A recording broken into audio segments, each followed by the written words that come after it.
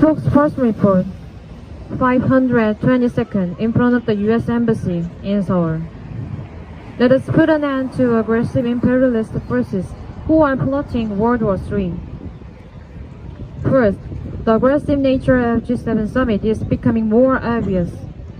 According to the media, Ukrainian President Zelensky will attend the G7 meeting in person.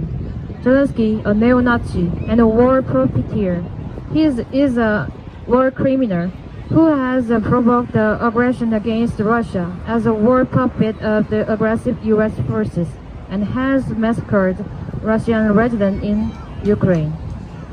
The fact that this man will attend the G7 meeting is a clear declaration of war against Russia and an extremely provocative and reckless behavior against Russia. The G7 meeting, which brings together the aggressive imperialist forces and pro-U.S. warmongers, is unleashing not only the nuclear war in the Korean Peninsula and East Asia, but also a third world war. Second, the imperialist countries are shooting themselves in the foot by announcing economic sanctions against Russia, again at the G7 summit. The U.S. top official says that all G7 countries are preparing to implement new sanctions and export controls. Specifically, 70 companies in Russia and other countries will be put on the blank list of the U.S. Department of Commerce, and 300 additional sanctions will become imposed. The region, Japan and EU opposed the U.S. plan to ban all exports to Russia in last April. Instead, it is not Russia who has suffered from this economic crisis and collapsing livelihoods caused by sanctions. Last summer, Viktor Orban, Prime Minister of Hungary, likened the sanctions against Russia to the European Union shooting himself in the lungs. The aggressive imperialist countries are again blindly shooting themselves in the lungs.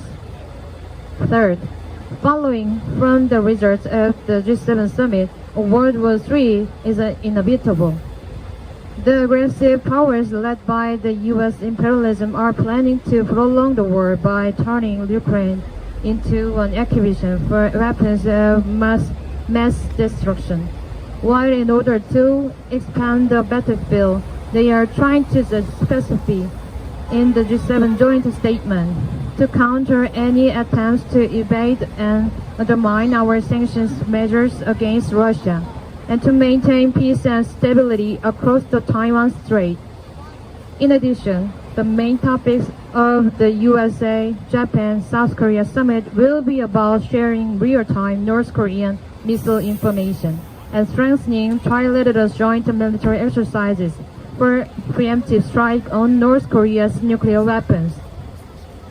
The manipulation of the new Cold War targeting North Korea, China, and Russia will lead to the nuclear war on the Korean Peninsula and in East Asia, and will also drive the people of the world into the devastation of nuclear war.